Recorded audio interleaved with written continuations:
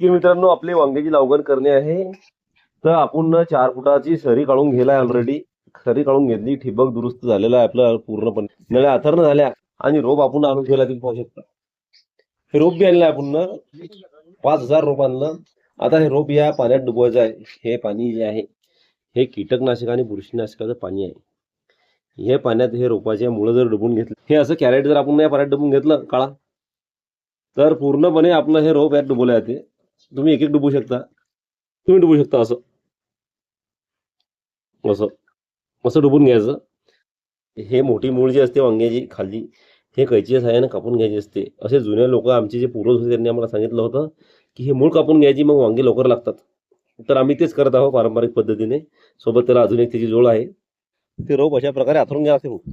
ओल्या मातीमध्ये हा गट्टा करायचा आणि हे असं माती पक्क दाबून त्याचं वांग्याचं चांगल्या प्रकारे दाबून झाड सेट होणार आहे आणि लागवण करायची. तर तुम्हालाही उन्हाळी वांग्याची लागवण करायची मित्रांनो, तर तुम्ही सुद्धा लागवण करू शकता. ही लागवणीची योग्य वेळ आहे.